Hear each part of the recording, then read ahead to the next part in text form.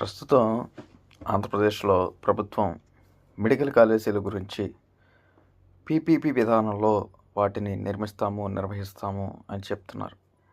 దానికోసం విపక్ష పార్టీ కోటి సంతకాల ఉద్యమ రూపంలో తమ వ్యతిరేకతను తెలియజేశారు. అయితే మళ్ళీ ఇప్పుడు గొంతు మార్చి ఇప్పుడున్న ప్రభుత్వం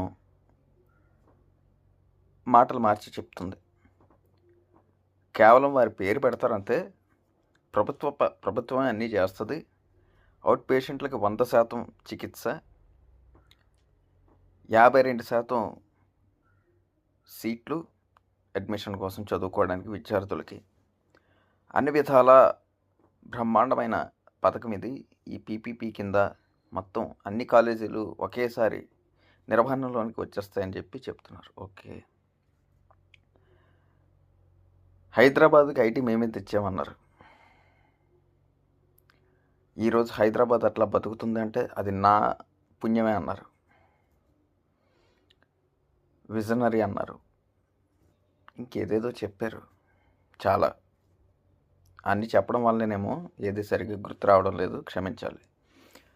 సో ఇన్ని చేయగలిగినటువంటి ప్రభుత్వం నేడు కేవలం 17 మెడికల్ కాలేజీల నిర్వహణ చేపట్టలేకపోతుంది అంటే అసమర్థత అనేది ఎవరిలో ఉంది? ఇదంతా మీరు చెప్తున్న విధానం అంతా ఎలా ఉన్నది? పీపీపీ అన్నదంటే ఖర్చు నాదే, పెళ్ళి నాదే, నాతోనే ఉంటుంది, కాపురం మాత్రం వేడోడు చేస్తాడు. ఎలా ఉంది మీరు చెప్తున్న పీపీపీ విధానం? ఆలోచించుకోండి ఒకసారి.